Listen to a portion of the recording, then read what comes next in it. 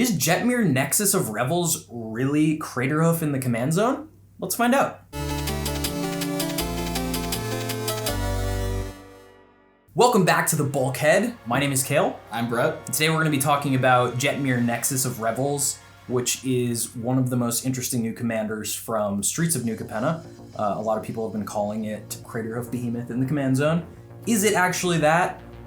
Who knows? Brett, spoiler, yes. We think that it is the best Naya Tokens commander, bar none.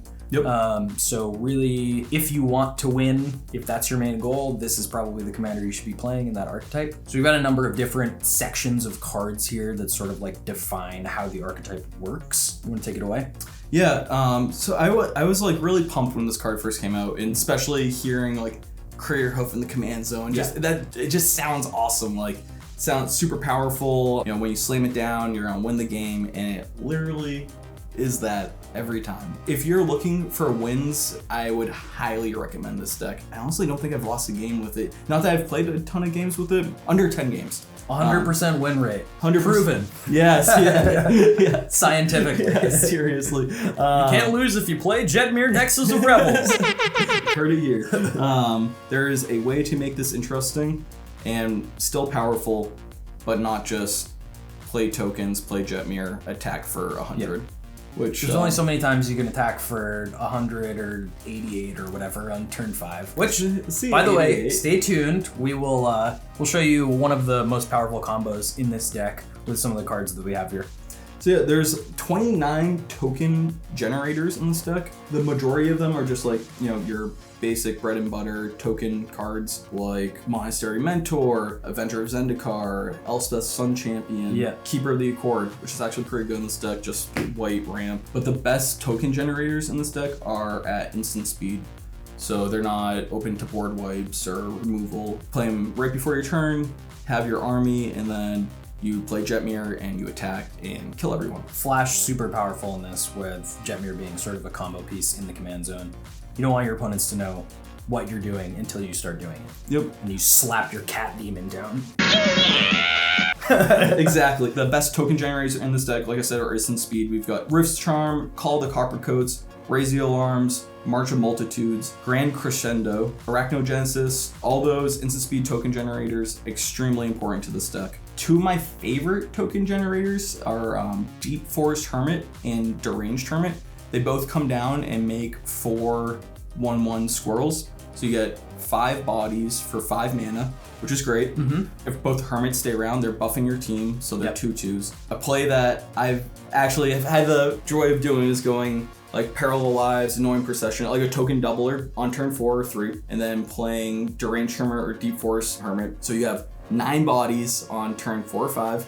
And then you just play Jetmir. Yeah. And you swing, and if it's with Deep Forest Hermit, is literally 88 damage on turn 5 or 6, swinging at your opponents. Yeah. And it's double strike, trample, vigilance damage. So even if they block, they're still going to be taking a bunch of damage. Even if you have to worry about that last player swinging back at you, all of your creatures are still untapped. And all that you really need to do to accomplish that is play a turn 2 ramp spell, which is ubiquitous in green, is ubiquitous in the commander format because it's such an important turn to ramp. That encompasses this whole deck, is just play your token doubler, play your token cards, play Jetmir, win. That's the soul of this deck. But just like with any deck, we need some ways to make sure our strategy is working, card draw. So we have ways to protect Jetmir, Flawless Maneuver, Deflecting Swat being the best 2 ways. You play Jetmir and then you have a free spell behind it to protect it. Teferi's Protection. It is good in this deck. It allows your tokens to come back after they've been phased out, which is pretty cool. I think like taking tokens out of play and then allowing them to come back is pretty relevant. And it doesn't happen except with basically like phasing cards. Yep. And then stuff like that. Heroic Intervention, obviously bread and butter of, I think, just like aggro creature strategies. And like we mentioned before, Grand Crescendo, if you just play it for the 2 white, not even for the tokens, you're still giving Jetmir and your team indestructible, which is huge. That's a super important modal card in this deck, basically. Yep, 100%. Yep. And so we're protecting Jetmir, we're protecting our tokens. We still do need some interaction and card draw, just like any deck needs, but not as much as I would put into like the Atraxa or the Brea, because those decks are trying to make the game go longer. Yeah, at its heart, this is an aggro deck, and particularly it's sort of like an aggro combo deck because you always have this Jetmir to follow everything up. So if your hand looks like a couple of lands, a ramp spell, a token doubler, you're eventually going to draw a token maker after that, and then you're off to the races, and you're trashing your opponents for 88 to the face. So the card draw we have in here are like pretty classic stuff. Mentor of the Meek, Skull Clamp, Welcoming Vampire, Toski. I love Toski. Toski's great. Esper Sentinel, just because it's a stud. And new card, Bennie, Bracks, Zoologist. I'm still playing around with a little bit. We do have those instant speed tokers, but I want something like a toker tapper. Token tapper, yeah. Specifically with this card. It has a potential to draw you 4 cards on a rotation. Yeah. It's pretty good. Exactly. It's very good. Yeah, so all of those cards are super interesting. Obviously, Skull Clamp is a baller card in this deck where most of your creatures are X1s, and you can just churn through your deck. Skull Clamp and tokens are a match made in heaven. Yep, 100%. And then we also have like Sylvan Library, Tenuous Truce. So we have a very small interaction package. Blasphemous Act, Aura Shards, Artifact Mutation, and Aura Mutation. And the Artifact Mutation and Aura Mutation are excellent.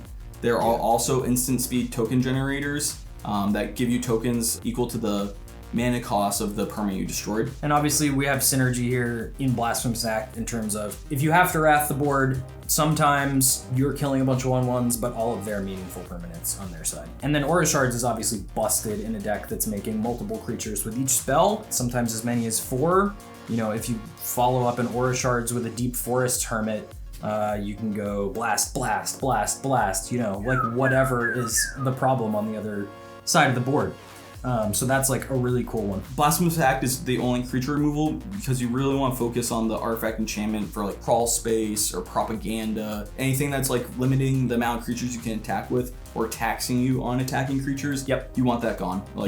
You need to be swinging out with a team. Because the rest of your creatures are going to be 4 or 5 power, double strike, trampling. You don't necessarily need to worry about your opponent's creatures once you get your combo put together. Nope, not at all. So there's a bunch of ramp spells in this deck. Obviously in green, you have access to a lot of Birds of Paradise, Spindhorn Elves, Landwar Elves, etc., Sakura Tribe Elder. And with the red and white, we obviously also get access to like staples like Dockside Extortionist and Smothering Tithe. If you want to move away from more staples, you can. There's a lot of ramp in this actual shard, or family, I guess. Streets of New Capenna. Shard for life. Shard for life. Dockside is just very powerful, obviously. Smothering Tithe, also very powerful, especially if you end up playing a little bit of a longer game for whatever reason. And Smothering Tithe and Dockside, particularly in this deck, obviously their tokens get doubled by all the token doublers, which is a huge part of this. Another reason that there's cards like Gilded Goose in here as well too, because you actually get an extra bite at the apple with Gilded Goose. Literally, food token. Yeah, no, that's literally why it's in here. Yeah, exactly. So we have talked about token doublers a lot, but Anointed Procession, Parallel Lives, Parallel Evolution, Saproling Symbiosis, Primal Vigor, Second Harvest. And they're obviously super important in this deck because Jetmir requires you to have a critical mass of creatures in play. And this deck also contains a bunch of snowbally cards like Adeline, Resplendent Cathar, Krenko Tin Street Kingpin, Hero of Bladehold, Handwear Garrison. A lot of these cards are just sort of like, in EDH, if one of your opponents is developing slowly, you can continue to attack and develop your board by making new creatures every time. So there's definitely like ways to accrue value over the course of the game, especially if your opponents aren't interacting with you very much. My EDH philosophy, I think that all decks should have like a max of a 25% win rate. If you sit down and play 4 games of Commander, everyone should probably win 1 game. Because that makes it more fun. It does make for everybody. Which is you don't want to lose 4 games in a row if you're playing 4 games in a night, obviously. Exactly. But I also like what you said about this doesn't necessarily require a huge amount of staples. Even these effects like Deflecting Swat, Flawless Maneuver, Heroic Intervention, you play cards like Rapid Vigor or other cards that will allow your creatures to remain indestructible, like Boros Charm is an option as well there. So there's a Veil of Summer in here if you play with the right people. Exactly. Or a Seed Time. Take an extra turn. Yeah. If you're playing against some blue mages. I think that this deck can be a lot of fun.